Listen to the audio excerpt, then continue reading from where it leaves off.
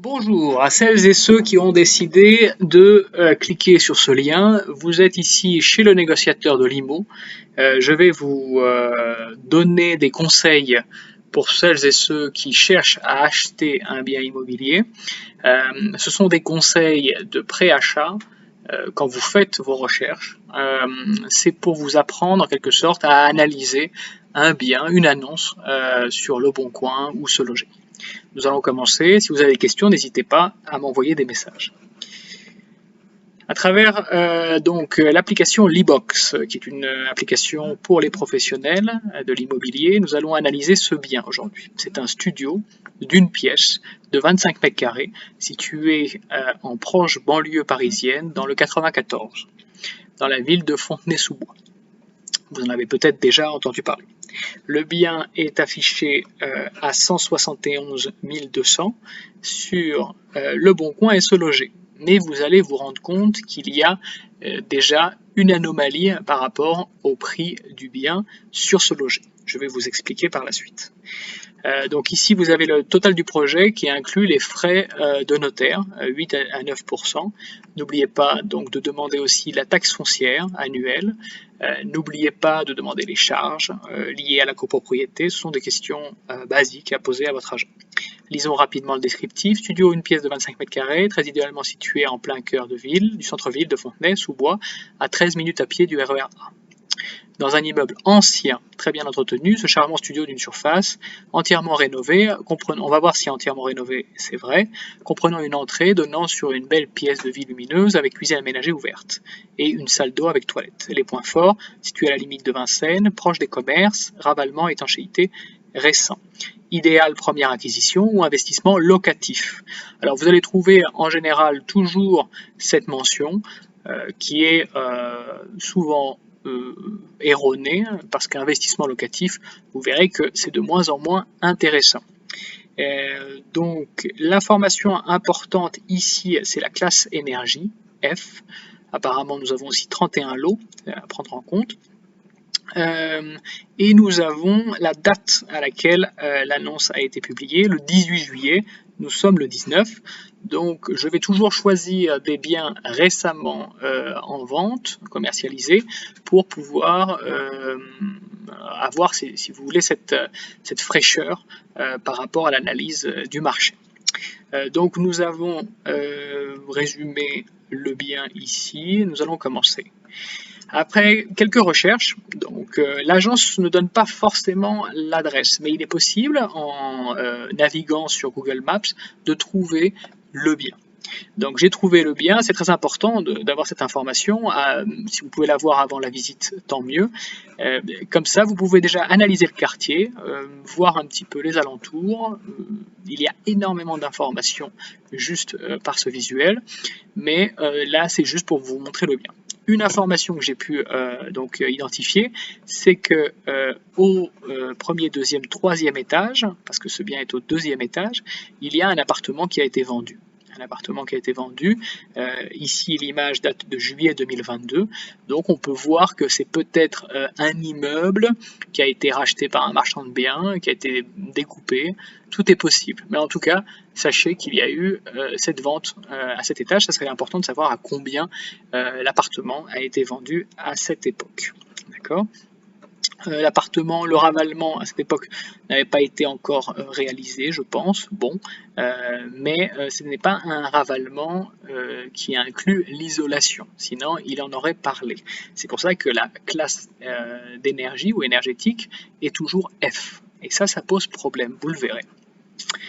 Donc toujours, je vous conseille d'aller sur Meilleur et Agent pour savoir à partir de l'adresse quelle est la valeur du mètre carré moyen, d'accord, pour un appartement. Donc ici, nous sommes sur l'immeuble en question et nous pouvons faire un comparatif des alentours. Effectivement, c'est proche du RER et donc voilà, c'est une donnée importante. Attendez, nous sommes ici. Alors vous pouvez voir que dans une même rue, il y a des prix différents, bien sûr. Les prestations ne sont pas les mêmes, le niveau n'est pas le même, les étages, pardon. Donc c'est très difficile d'estimer, si vous voulez, à partir d'une comparaison. On ne peut pas comparer deux biens, même au sein d'un même immeuble, vous pouvez avoir deux biens au même étage, de même superficie, ils n'auront pas la même valeur. D'accord? Mais ici, on a 6057 € du mètre carré. Ici, sur l'e-box, on peut voir que le prix est de 6848 € du mètre carré. Il y a une grande différence. Donc ici, déjà, vous devez vous poser des questions sur, on va dire, la correspondance entre le prix du marché et le prix de ce bien. Donc ici, nous avons cette information, vous pouvez refaire des calculs pour savoir si finalement le prix n'est pas trop élevé. Ensuite, vous allez aller sur Se Loger. Sur Se Loger, vous allez faire une recherche d'appartements avec les mêmes caractéristiques dans cette zone. Ici, qu'est-ce que j'ai trouvé? C'est un peu un travail de Sherlock Holmes, tout ça. Ici, j'ai trouvé dans le quartier, justement, le même bien à deux prix différents. C'est-à-dire qu'il y a deux agences qui ont décidé d'afficher un prix différent. Pourquoi? Parce qu'ils n'ont pas les mêmes frais d'agence. Donc là déjà, nous avons une contradiction, c'est-à-dire le bien en lui-même a une différence de valeur parce que l'agence est différente. Est-ce que réellement le service sera différent? C'est la grande question. On sait que les agences, pour la majorité, ont des frais abusifs. Donc, nous allons nous intéresser plutôt à cette agence qui le propose à 171 200. L'adresse exacte est la suivante, est celle-ci. Donc, au moins, cette deuxième agence aura le mérite de nous indiquer l'adresse du bien. C'est très important. Ici, sur la gauche, vous allez avoir tout un tas de biens qui sont plus ou moins identiques, mais qui ne sont pas exactement dans la même zone. Ils sont un peu plus haut, un peu plus bas, etc. Mais juste pour vous montrer, voilà, ça c'est la première agence à 171 200. Et vous avez la deuxième agence à 175 000 €. Voilà. Donc c'est quand même assez grave de voir cette différence en 2023 de 3 800 €, parce que quand vous allez entamer les négociations, si vous entamez les négociations à 175 000, vous partez de trop loin. D'accord? Donc ici 171 200, donc ça c'est notre base de travail, s'il vous plaît. Ensuite, j'ai sélectionné un appartement que j'ai trouvé à 2 rues de l'appartement en question. Pour une surface identique, il est un étage au-dessus, 155 000 €. D'accord? Il faut donc se poser la question, quels sont les inconvénients de cet appartement par rapport au premier? Alors, nous pouvons voir charge annuelle de 2200 €. Très élevées les charges annuelles. Donc, il faut se poser la question, quelles sont les charges annuelles de l'appartement que nous étudions? D'accord? Ici, nous avons également comme autre information que nous sommes en classe F. Il y a un ascenseur, ça c'est une grande différence, un point positif pour cet appartement. L'exposition est sud, il faut s'intéresser aussi à l'exposition du premier appartement. Donc on a quand même déjà une grande différence pour 2 rues d'écart, 155 000 €, 171 200 €. D'accord? Il faut se poser les bonnes questions et travailler dès à présent l'argumentaire de négociation que vous aurez face à l'agent immobilier. Ensuite, ici, je souhaitais donc faire un point sur la classe énergie F.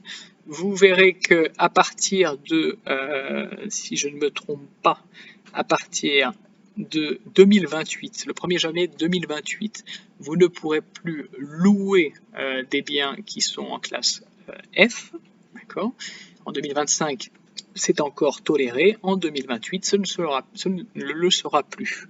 Donc vous devrez entreprendre des travaux d'isolation, probablement isolation intérieure, qui vous coûteront de l'argent et qui vous enlèveront du mètre carré. Dans une petite surface de 25, mon calcul est d'environ 1 mètre carré en moins. Mais 1 mètre carré en moins à plus de 6 000 € du mètre carré, c'est important et c'est à prendre en considération. Enfin, ici, 2 articles très importants qui nous informent sur les tendances du marché immobilier de la zone, si vous voulez. Immobilier, voici les 5 villes où les prix baissent le plus en Île-de-France. Du 11 juin 2023, nous avons la ville de Fontenay-sous-Bois qui est mentionnée. Autre commune du Val-de-Marne, Fontenay-sous-Bois, les prix ont chuté de 6,8% sur un an et de 3,1% ce trimestre. Actuellement, le prix moyen du mètre carré dans cette ville est de 6 332 pour un appartement et pour un appartement. Donc ici, 6 332. Nous sommes à un prix du mètre carré, je vous le rappelle, de 6 848. Il faut se poser les questions du pourquoi. Est-ce que ce bien mérite, si vous voulez, ce prix au mètre carré? Et enfin, le dernier article, seule une baisse des prix de 15 à 20% peut relancer le marché. Vous connaissez la situation du marché, donc il faut espérer une baisse des prix. Si vous êtes pressé, vous devez acheter tout de suite, le plus rapidement possible, votre bien va sans doute perdre de la valeur.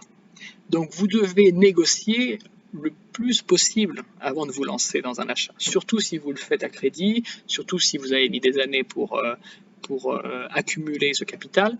Donc je vous conseille dans vos calculs de l'offre que vous allez proposer, de vous poser des questions sur quel prix vous allez vraiment, quel prix pour vous ce bien a. J'en profite pour vous montrer le bien et vous donner des pistes de négociation. Ici, donc, il nous montre un bien qui est très propre jusqu'à présent, mais c'est ici où le bas blesse. Ici, vous allez avoir donc la salle de bain qui n'a pas le même rendu, on va dire, que la pièce principale et la cuisine.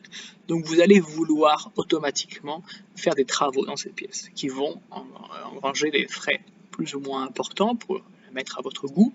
Vous allez sans doute enlever tout le carrelage et donc c'est à expliquer à l'agent immobilier. D'accord.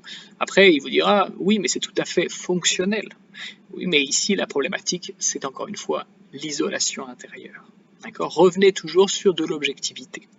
L'objectivité vous permettra de négocier auprès du propriétaire. L'agent immobilier est en réalité un obstacle pour atteindre le propriétaire. Sans l'agent immobilier, vous pourriez plus facilement négocier avec le propriétaire. Donc, je vous conseille bien sûr de faire une offre basse pour après attendre la contre-offre et proposer un tout petit peu plus haut si vraiment cet appartement vous plaît. Voilà, c'est à peu près tout ce que j'avais à dire sur cet appartement. Je vous fournirai d'autres analyses et voilà, n'hésitez pas à me poser des questions. J'ai préféré ne pas vous donner le montant de l'offre que j'aurais proposé pour ce bien. Mais je vous propose justement ce type de service. N'hésitez pas à me le demander en message privé. Voilà, c'était le négociateur de l'IMO. Je vous remercie encore pour votre écoute et à très vite.